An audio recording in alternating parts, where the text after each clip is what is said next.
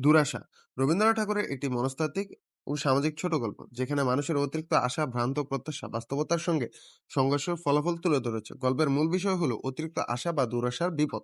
মানুষ যখন বাস্তবতার সীমা না বুঝে অতিরিক্ত আশা বা কল্পনার উপর ভর করে, তখন তা হতাশা বা ব্যর্থতার কারণ হয়ে দাঁড়ায়। এই গল্পে মানব মনের স্বপ্ন ও বাস্তবতার দ্বন্দ্ব অত্যন্ত গুরুত্বপূর্ণ।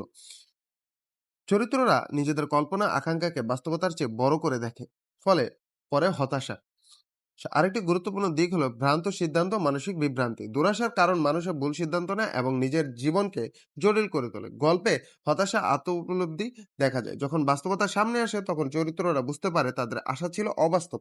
এই ছোট গল্পে বাস্তববোধ ও সংযমের শিক্ষা দেওয়া হয়েছে। জীবনে সাফল্যের জন্য বাস্তবতার ভিত্তিতে চিন্তা করা জরুরি। সংক্ষেপে, দুরাশা ছোট গল্পে রবীন্দ্রনাথ ঠাকুর দেখিয়েছেন যে অবাস্তব আশা বা কল্পনার উপর ভর করলে জীবনে হতাশা ও ব্যর্থতা অনিবার্য হয়ে ওঠে। ধন্যবাদ।